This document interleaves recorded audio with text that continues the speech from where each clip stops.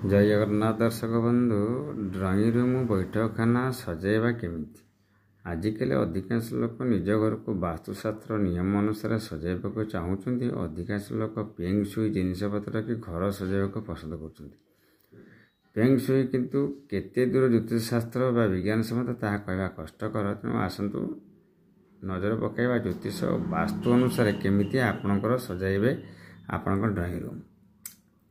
आपण घरे थिबा आसबाबपत्र गुड़िक घर यथास्थान रहिबा जरूरी, कारण वास्तुशास्त्र मतरे सबु घर स्वतंत्र कोण व स्थान अच्छी ताहार प्रभाव मध्य रही जेमिति अग्निकोण वायुकोण इत्यादि।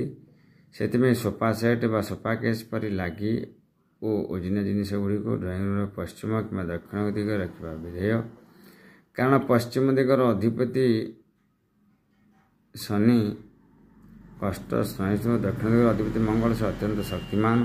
जदि ये दिगरे जगह कम थाए ताहाले तार विकल्प अच्छे। कम स्थान आप आसबाबपत्र पूर्व कि उत्तर दिगे रखा जदि चाहूता तेज कौन करेंगे। जिनस गुड़िक यथासंभव हल्का आणतु। एगुड़िक भूमि ठार 4 इंच ऊपर रखापी आवश्यक रही।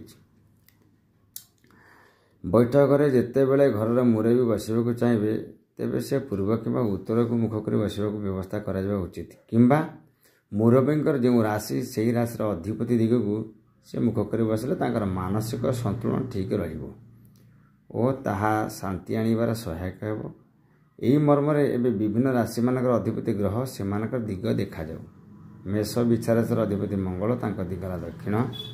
वृष तुला राशि अधिपति शुक्र तांकर दिग है दक्षिण पूर्व अग्निकोण। बुझे कथा। मिथुन कन्या राशि अधिपति है बुध दिग है उत्तर। कर्कट अधिपति चंद्र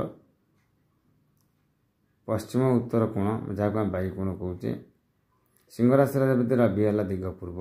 धनु मीन राशि अधिपति बृहस्पति उत्तर पूर्व कोण जहाँ ईशान्य कहे। मकर कुंभ राशि अधिपति शनि दिग पश्चिम।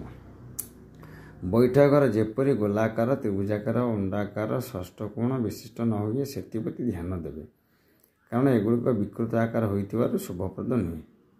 सबुबले वर्गाकार किंबा आयताकार घर आसबाबपत्र व्यवहार पर उपयुक्त। यही शास्त्रीय सिद्धांत मत अनुसार आम वास्तु बा ज्योतिष बा वनस्पति विज्ञान पर आलोचना करवा।